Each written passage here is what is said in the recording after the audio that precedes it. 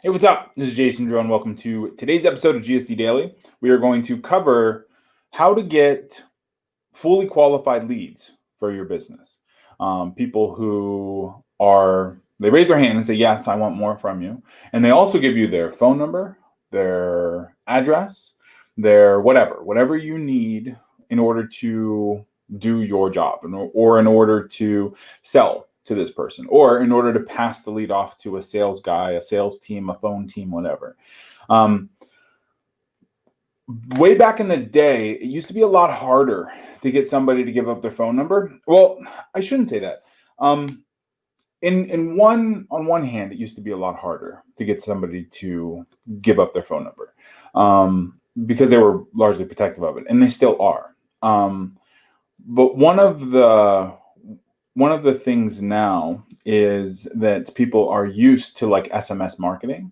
So they understand that sometimes if they give up their phone number, they're going to get a discount code. They're going to get text message reminders. They're going to get, like these other things. And of course you can use that from a sales standpoint. But before that, you need to make it extremely, extremely easy in your lead process to fill out complete forms, because we as human beings, we're going to enter the fields that are put in front of us. But we need to make sure that the form isn't so damn long that it's off-putting. So it isn't like this wall of input options that then somebody has to like slog their way through. I mean, think about the last time you were sent a survey from a retailer, and you looked at it and you're like, wow, 4 questions. Yeah, I can answer 4 questions. That $25 gift certificate or whatever, that sounds enticing. So then you hit the next page button, and then it goes to the next page. And then you look up and you're like, oh shit, there's 20 pages of this thing. That doesn't even make sense. So when people are looking to do business with you, they have that same thing. So it's important to, first of all, only ask for the material that the stuff that you really, really need, and not ask for any of the fluff. But it also makes a lot of sense to not be off-putting in terms of how the application or the form field actually shows up. So I want to show you a couple different examples of some things, some ways that you can put this into your marketing pages. One of the things that we do these all the time for fully qualified lead sales funnels. And what that is basically it is this. So we're going to flip over to the page here. And if you look at this page, it's not this page actually. So if we go into like any of our solutions, so if we go into sales funnel development here, and just make sure that my volume's down. So if we go into sales funnel development, we have our sales page, our sales video here. And then they can click to schedule through chat, which is just kind of a fun option that more and more people are actually using. But they have this form down here. So if they go to the form, notice how simplistic this form looks right now. This form is super, super easy. First name, last name, phone number, email. Those are the only 4 questions that it starts off with. Now watch this. When you go and enter your email address, then some additional options show up. This is what is known as conditional logic. And conditional logic, how this form is set up is when there is something in this email input box, then the remaining options show. So if there's nothing in that email box, then the options go away. So we're going to go ahead and put our email address in here. Now, we have some additional questions. Now, this is important stuff. Basically what we're trying to do is to get somebody to start the form and then continue the form all the way through. And we have tested many, many, many different versions of these forms, and this is the winner in terms of completeness. So somebody starts the form, they're like, oh, a couple more questions, and we do it twice. So there's total of 3 sections on this form. So the next set of questions are the business and product name, the website, how long have they been in business, and then what do you sell primarily. Once they fill in this next option, then a customized set of questions pops up. And the customized set of questions is based on this select box. So what it does is it puts them in a different bucket. so that we know what kind of prospect they are, and we know we can follow up with them, in a certain way because they're a coach, a certain way because they're an e-com vendor. So tell us a little bit about your products or services. We got a couple of drop downs, and then select box, yearly revenue, so on and so forth. This form is not difficult because most of the stuff is all drop downs. So we really just need to get them to tell us about their business, so that we know where to put them in the spectrum of what we do. And then at the bottom, next step, click to schedule a call. So then they go immediately into the call scheduler. So when it used to be that we had this long form show up on the page, and people would look at the form and they're like, wow, that looks like a lot of work, even though it isn't. It looks like a lot of work. So they wouldn't apply. They would call in, or they would bypass, or they'd send an email, or they go up to this contact box, and then contact us. But what it does is when that happens, it escapes our automation flow.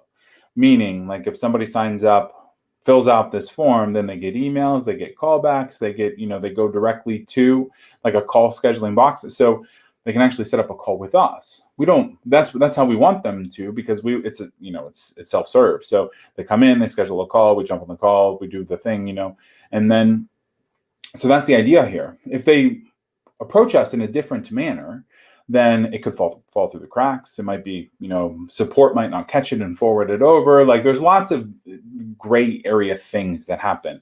So it's really important that they fill out this form to engage with us. Now there are some other ways to do it. So I mentioned the chatbot. So we use Drift for chatbots. And you can see here we have a chatbot that actually functions as a form. It asks literally all the same questions of this form and puts people into boxes. And we've been testing this chatbot quite a bit because eventually we want the chatbot to replace the form, just because engagement is a lot better.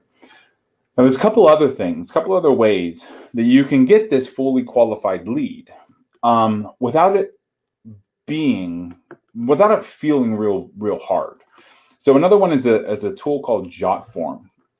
So if you go to JotForm is a form builder, but it's not a problem. But the thing about JotForm is it goes sideways. So basically, rather than a form like question 1, question 2, question 3, question 4, it goes question 1, next page, question 2, next page, question 3, next page.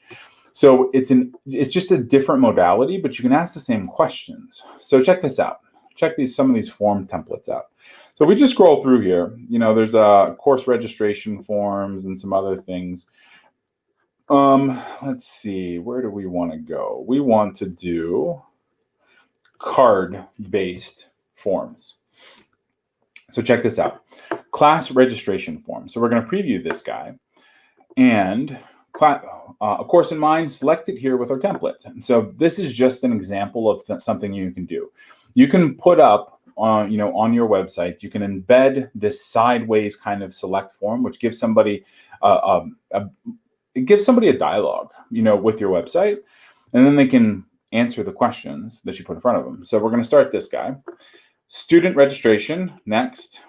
What is your student name? Student name is myself. And then we got birthday. There we go. We got next. Oh. 20. So there's a little bit of does this work? There we go. Gender is going to be male. So we're giving it all kinds of interesting information here. So 1, 2, 3, street, blah, blah, blah, PA, 648. The student email is going to be email. Mobile number. So you see how this works? We're actually filling out your form field. So if you were to implement something like this on your website, we could go through, and this is the data that you're collecting. So we're asking for phone number and work number and all kinds of crazy stuff on this one. But so anyway, you get the idea.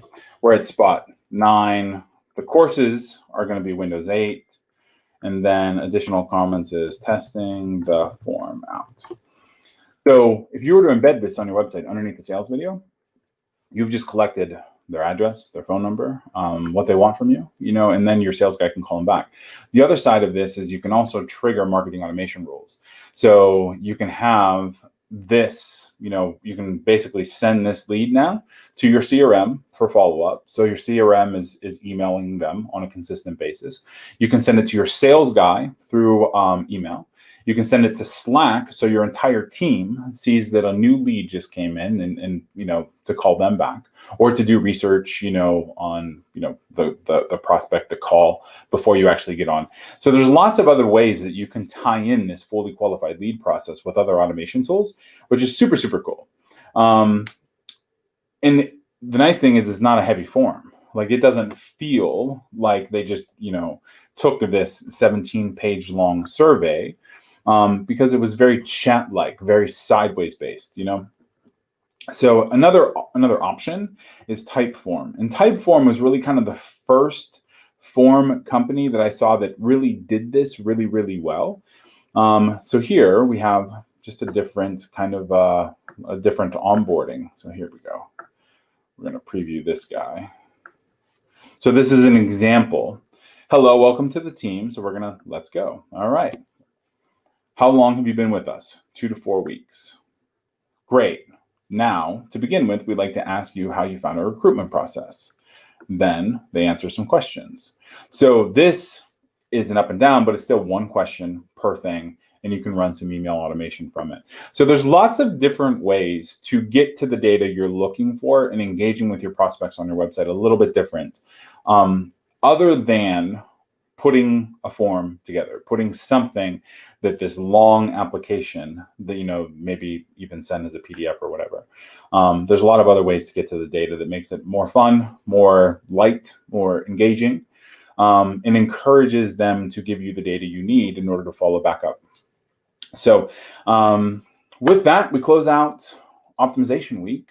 All little tricks, little tips, that are going to help you optimize your website a little bit better, so that you can, just generate more revenue, so that you can generate more leads, more sales, so that more people are flowing through your pages. You're getting more deal flow out of your website. And that's it. So have a great weekend, and I will talk to you soon. All right. Thanks.